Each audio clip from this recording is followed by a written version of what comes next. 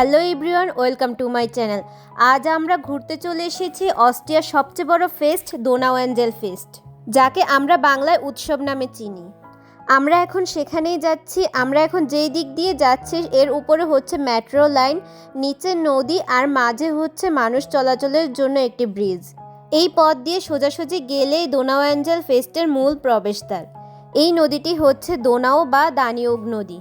এই দোনাউ নদীর পাশেই রয়েছে একটি কৃত্রিম দ্বীপ, যার নাম হচ্ছে দোনাউ অ্যাঞ্জেল। তবে এই দোনাউ অ্যাঞ্জেলের নাম অনুসারে এই ফেস্টের নামকরণ করা হয়েছে দোনাউ অ্যাঞ্জেল ফেস্ট। ওইখানে যাওয়ার পথেই এত সুন্দর সুন্দর ভিউ, যা আপনাদের না দেখিয়ে থাকতে পারলাম না।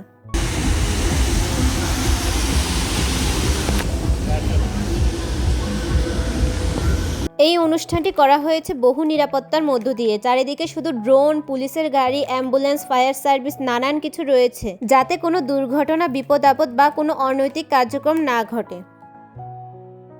এই যে দেখুন, নদীর এই পাশটাতে হচ্ছে দোনাউ অ্যাঞ্জেল ফেস্ট। এটি বিশাল বড় জায়গা নিয়ে অনুষ্ঠিত হচ্ছে।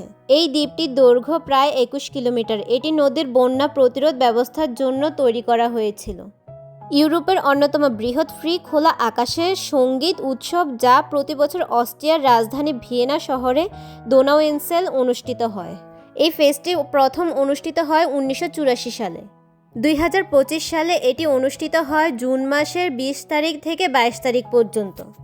এখানে প্রবেশ মূল্য একদম সম্পূর্ণ বিনামূল্যে হয়ে থাকে, তবে প্রবেশের সময় আপনার ব্যাগ সবকিছু চেক করে তারপর এখানে ঢুকতে হয়। এখানে নিরাপত্তা ব্যবস্থা খুবই কড়াকড়ি। শুরুতেই ঢুকতেই আমরা একটি রেসিং কার দেখলাম, হয়তো এটি প্রদর্শনীর জন্য রাখা হয়েছে। এটি দেখতে কিন্তু বেশ দারুণ ছিল।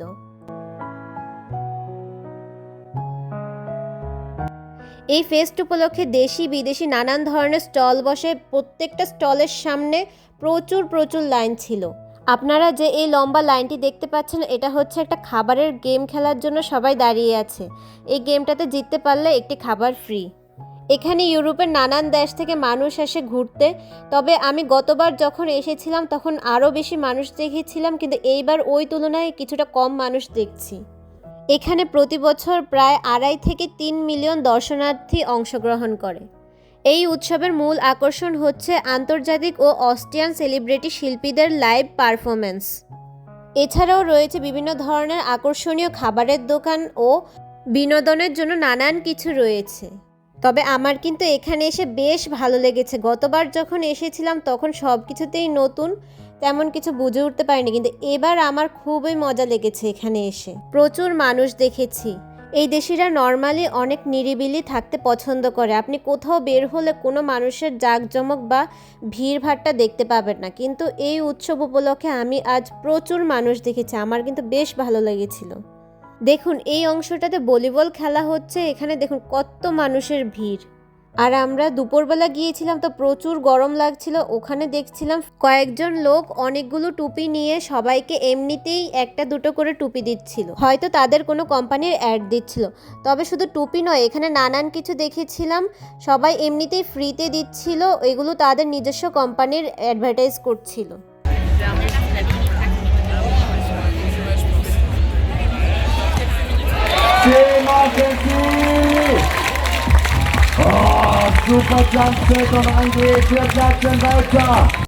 অনেক বিশাল জায়গা তো, এক এক জায়গায় এক এক ধরনের অনুষ্ঠান হচ্ছে, এক এক ধরনের খেলা হচ্ছে।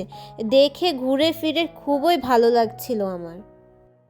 আমাদের এখানে এখন সামার চলছে। এই সামারের সময়ই হচ্ছে এই দেশিদের সবচেয়ে আনন্দের সময়, কারণ তারা বেশিরভাগ সময় ঠান্ডার মধ্যে থাকে। ঠান্ডার মধ্যে থাকতে থাকতে একদম মানুষ ডিপ্রেশনে চলে যায়। তখন এই সামার আসলে মানুষ বিভিন্ন জায়গায় ঘুরতে যায়, সাইকেলিং করে, আবার একটু সময় হলেই নদীর পাড়ে চলে আসে ফ্যামিলি নিয়ে।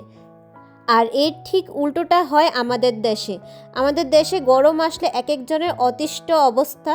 গরমে কোনো কিছুতেই শান্তি নেই, না খাওয়া না ঘুম। ঘুরতে যাওয়া তো দূরের কথা, যদিও ঘুরতে যাওয়া হয় তবে বাসায় এসে তারপরের দিন একদম ক্লান্ত, বেহাল অবস্থা। এই অংশটাতে এসে দেখতে পাচ্ছি বিভিন্ন এক্সারসাইজ করার সিস্টেম রয়েছে। যদি এগুলো ওদের শর্ত অনুযায়ী জিতা যায় বা করা যায় তাহলে বিভিন্ন ধরনের প্রাইজ রয়েছে।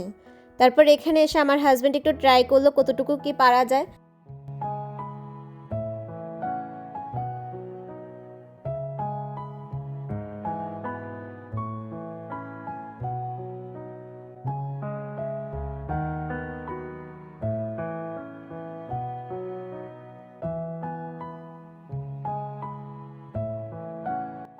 ওদের শর্ত ছিল 15টা পুশ আপ দেওয়া, তবে আমার হাজব্যান্ড 25টা দিয়েছে, তো শর্ত পূরণ করে ভালোই লাগছিল। তারপর ওরা বলছিল ওদের নাকি আরও 2টা খেলা আছে, ওগুলোতে জিততে পারলে নাকি বিভিন্ন প্রাইজ আছে। তবে আমাদের সময় স্বল্পতা ছিল, আমাদের একটু বাসায় আসার একটু তাড়া ছিল, সেজন্য আমরা বেশিক্ষণ থাকতে পারিনি, তো আর সেগুলোতে গেলাম না।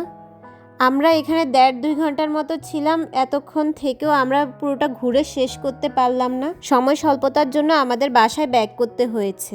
তবে যাওয়ার পথে আমরা আরেকটা ছোট্ট গেম খেললাম। এই গেমটার প্রাইস ছিল বিভিন্ন খেলাধুলার সরঞ্জাম। আমরা এই বছর এই 1.5-2 ঘন্টায় পুরো অনেকটাই মজা করেছি। আর এই অংশটাতে কনসার্ট হচ্ছিল, এই অংশটাতে একটু ঘুরে ফিরে তারপর বাড়ির উদ্দেশ্যে রওনা দিলাম। আজকের এই ভিডিওটা আপনাদের কেমন লাগলো? অবশ্যই ভালো লাগলে কমেন্ট ও সাবস্ক্রাইব করে পাশে থাকবেন। নেক্সট টাইম আরও সুন্দর সুন্দর টপিক নিয়ে ভিডিও আসছে, অবশ্যই দেখার অনুরোধ রইল আপনাদের।